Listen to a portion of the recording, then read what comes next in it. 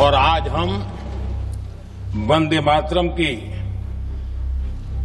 150 वर्ष निमित्त सदन की एक सामूहिक ऊर्जा को उसकी अनुभूति करने का प्रयास कर रहे हैं।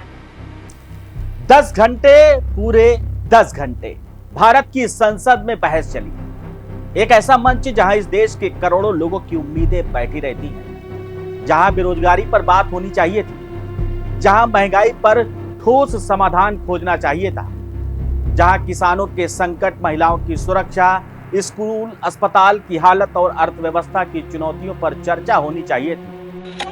में हो रहा है उसकी बातें, उसकी चर्चा, जो बैटिंग ऐप के बारे में हो रहा है पीएमओ के अंदर, जो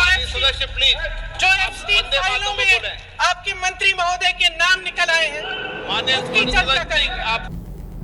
लेकिन 10 घंटे की पूरी बहस का केंद्र क्या रहा? वंदे मातरम।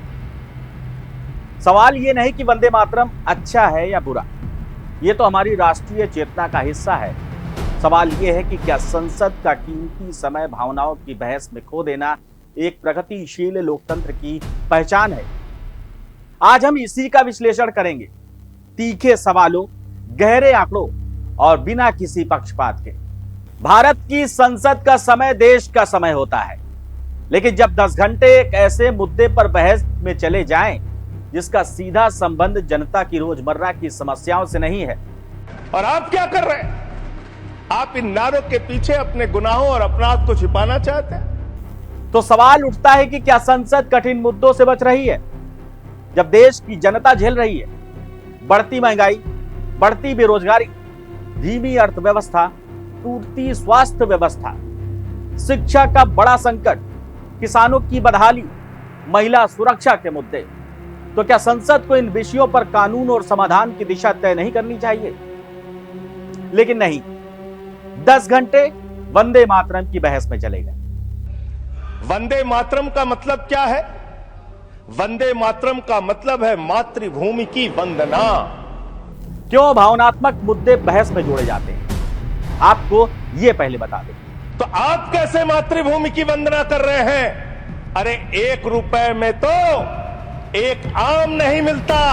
आपने 1 रुपए में अडानी को 1050 एकड़ जमीन और 10 लाख आम और लीची के पेड़ दे दिए। यह मातृभूमि की वंदना।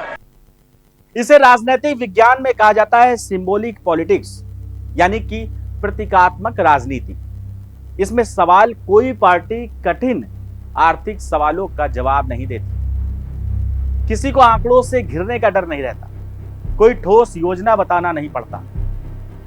एक भावनात्मक नारा बहस को बिल्कुल सरल बना देता है। ऐसी बहस से सरकार को भी फायदा है और विपक्ष को भी, क्योंकि दोनों पक्ष भावनाओं को हवा देकर असली मुद्दों से दूरी बना लेते हैं। इससे हुआ क्या? देश का वातावरण गर्म हो गया, टीवी स्टूडियो गर्म हो गए, राजनीतिक बयानबाजी बढ़ गई, लेकिन जनता है खाली हाथ। क्योंकि ना तो महंगाई कम हुई, ना बेरोजगारी का हल मिला, ना किसानों की आवाज सुनी गई। संसद का मंच नीतियों का मंच होना चाहिए था, लेकिन अब वो भावनाओं की राजनीति का रंगमंच बनता जा रहा है। क्या ये लोकतंत्र की कमजोरी नहीं है या राजनीतिक मजबूरियां? सवाल बिल्कुल जनता के सामने है, क्योंकि लोकतंत्र में प्राथमिकताएं राजनेता नहीं, जनता तय करती है।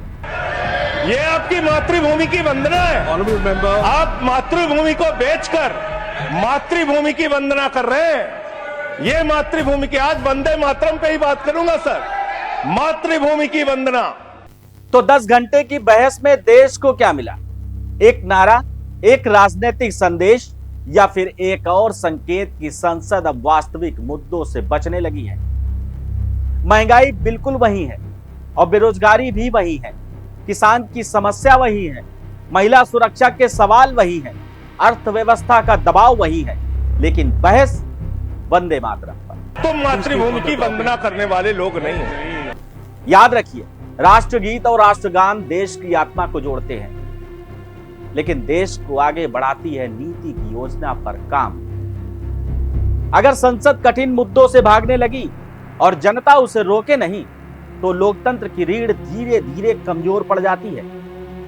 आज का सबसे बड़ा सवाल यही है कि हम मुद्दों से भागने वाली संसद स्वीकार करेंगे या मुद्दों का सामना करने वाली संसद चाहेंगे।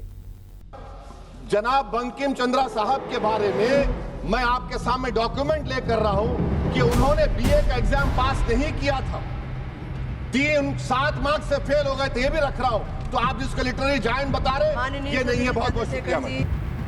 फिलहाल इतना ही, लेकिन याद रखिए, भावनाओं से ताली मिलती है और नीतियों से भविष्य।